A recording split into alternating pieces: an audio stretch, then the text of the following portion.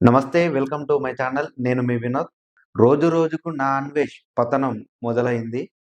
ఇప్పటి వరకు అంటే వాడన్న మాటలకి మన ఇండియా భారతదేశంలో ఉన్నటువంటి తెలుగు రాష్ట్రాలలో దాదాపుగా చాలామంది స్పందించారు.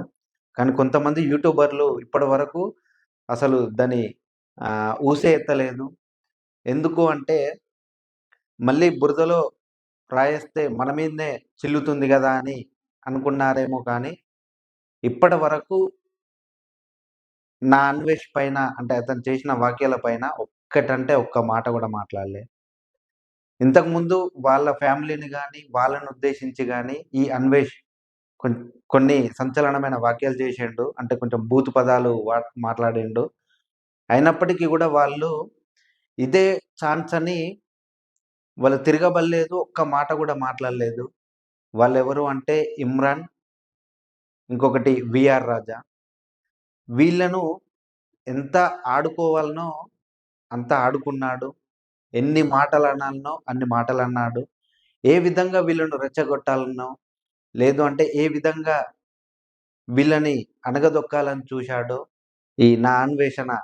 కానీ ఇప్పటికీ ఇంత జరుగుతున్నా గూడా వాళ్ళు ఒక్క మాట గూడా స్పందించకపోవడం ఆలోచించాల్సిన విషయమే.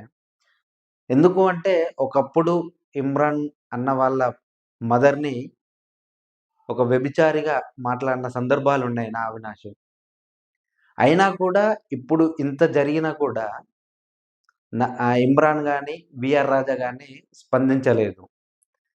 నాకు తెలిసి ఇమ్రాన్ ఒక ముస్లింకి సంబంధించిన వ్యక్తి. సో, హిందూ దేవీ దేవతల గురించి మాట్లాడితే నాకేంది అని అనుకున్నాడేమో కానీ, నాకు తెలిసి అలాంటి వ్యక్తి కాదు. ఎందుకంటే అతను అంటే ఒక హిందూ పండుగ గాని వచ్చినా, లేదంటే ముస్లిం పండుగ వచ్చినా సామరస్యంగా ఉండి చాలా ఎంజాయ్ చేస్తుంటాడు. అయినా ఇలాంటి సందర్భంలో మాట్లాడకపోవడానికి గల కారణం ఏంది? ఎందుకు మాట్లాడడం లేదు? ఎందుకు అంటే ఇప్పుడున్న సిట్యుయేషన్‌లో తెలుగు రాష్ట్రాలలో ప్రతి ఒక్కరు చిన్న, పెద్ద తేడా లేకుండా అందరూ స్పందించాల్సిన విషయం ఇది. అయినా కూడా వీళ్ళిద్దరూ ఒక్క వీడియో గాని, లేదు అంటే ఒక్క ఇంటర్వ్యూలు గాని ఇవ్వటం లేదు.